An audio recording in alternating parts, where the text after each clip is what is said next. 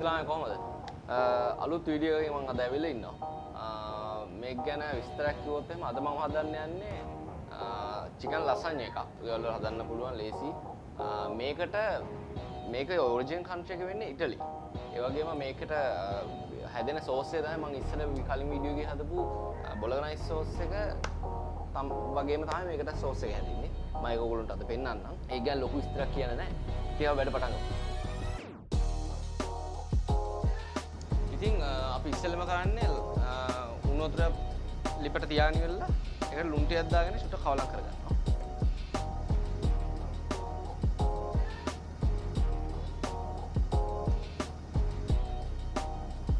අපි එහෙම කරන්නේ අපි මේකට පාවිච්චි කරන ලසන්නේ ෂීට් ටික තඹ ගන්න ඕනේ. අපි ඊට පස්සේ ලසන්නේ ෂීට් ටික ඒකට එකතු කරගන්නවා.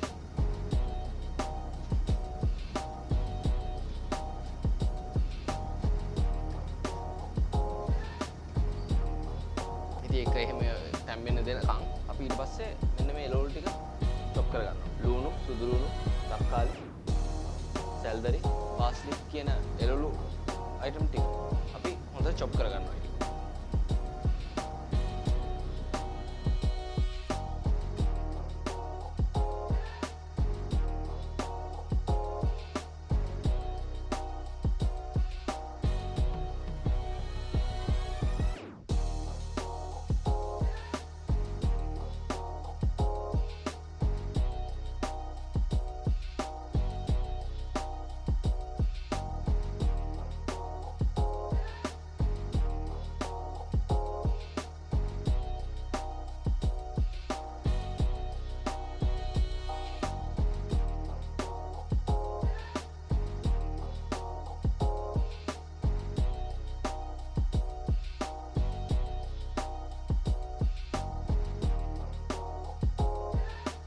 ඉතින් මේ විදිහට තමයි අපි ඕන පෙන්න පුරේ කපා ගන්නෙ.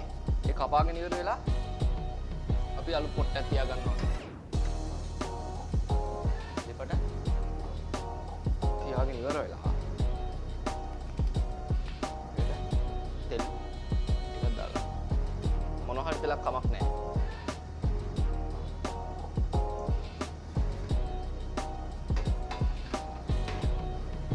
දැන් ඔයගොල්ලෝට මම කියන්න යන්නේ සෝස් එක හදාගන්න විදිය. අපි අර කපාගත්තු සෙට් එකෙන් ඉස්සෙල්ලම සුදු ලුණු ටික දාගන්නවා.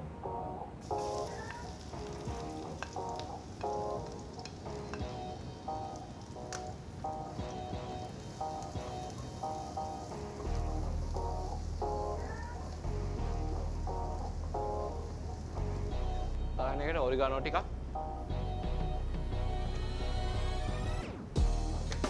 වේලිගුස් දෙයක් වගේ දාලා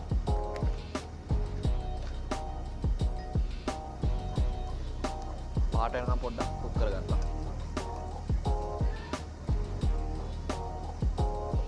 මේ වගේ පාට එද්දි අපි ඊට පස්සේ එකට එකතු කරගන්නවා ලුණු ටික.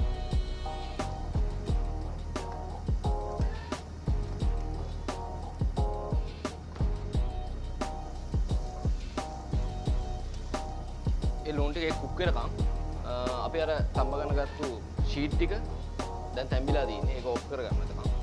ඉතින් මේ වගේ කලයකට එනකොට අපි ඒකට අඹරගත්තු චිකන් ටික ඔයගොල්ලෝ ගාව තියෙනවනේ. ඒ ටික එකට එකතු කරගන්න.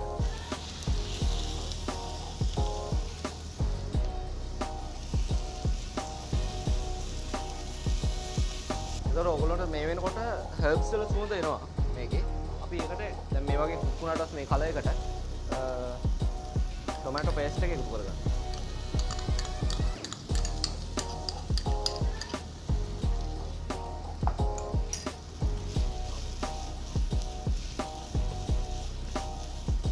टोमेटो पेस्ट එක ऊपर කරගෙන මේකට අපි චිකන් ස්ටොක් එක තියෙනවා අපි ගන්න. මම ඒක ඔයගොල්ලන්ට ඊළඟ වීඩියෝ එකේදී කියලා දෙන්නම්. චිකන් ස්ටොක් එක එකතු කරගන්න. මේ විදිහට අපි ගන්න චිකන් ස්ටොක් එක.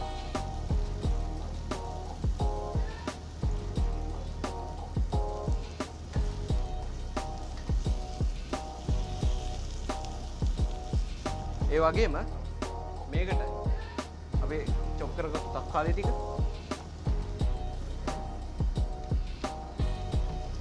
සැල්දරි ටික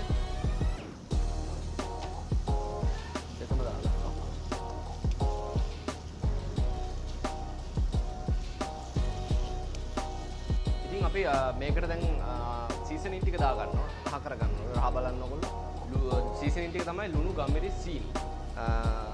දැන් ගම්මිරිස් ටික අපි දාගෙන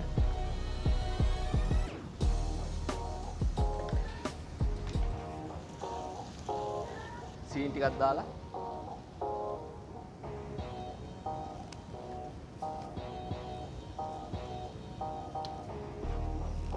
ඊට පස්සේ ඒකටම ලුණු ටිකුත් අපි දාගන්නවා.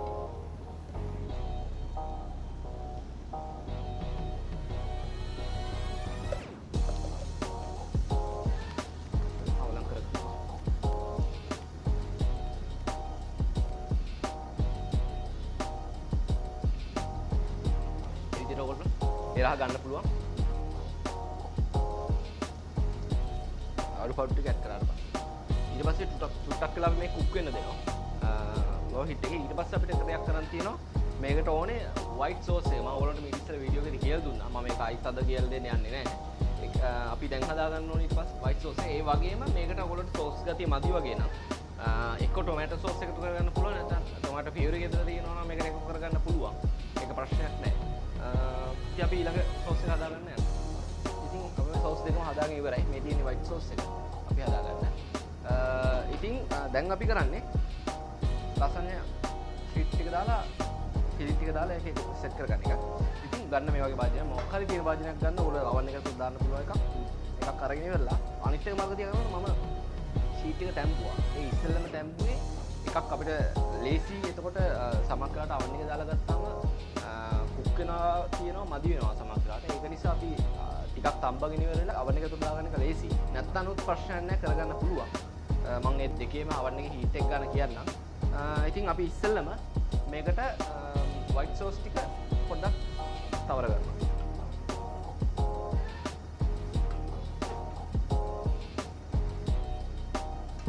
white sauce එක චුට්ටක් ටික් එකට ගන්න. මොකද මේ අර පැස්ටා හදනවා වගේ නේ මේකේ චුට්ටක් ටික් එකට තියෙන්න ඕනේ හින්දා මේ ෂීට් ටික තඹගත් ෂීට් ටික තියාගන්න.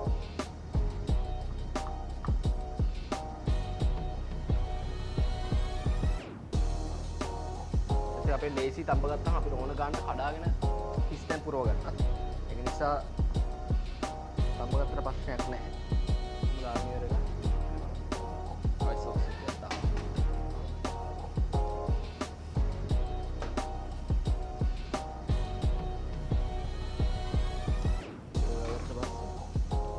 මොසරෙල්ලා චීස් ටික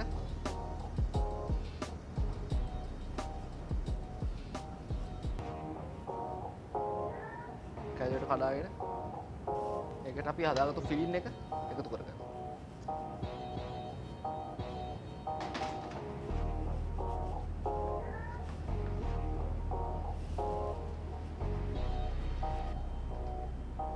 මම ඕගොල්ලන්ට පෙන්නපු මේ ප්‍රොසීජර් එකට අපිට කැමති ලේයර්ස් ප්‍රමාණයක් හදා ගන්නවා ඒ වගේ. ඉතින් අපි දැන් ෆිලිම් එක දාගෙන ලස්සන එක හදාගත්තා. අපි oven එකේ විනාඩි 25ක් හෝ 20ක් විතර 180 සෙන්ටිග්‍රේඩ් 25ක් 20ක් විතර දාන ටයිම් එක.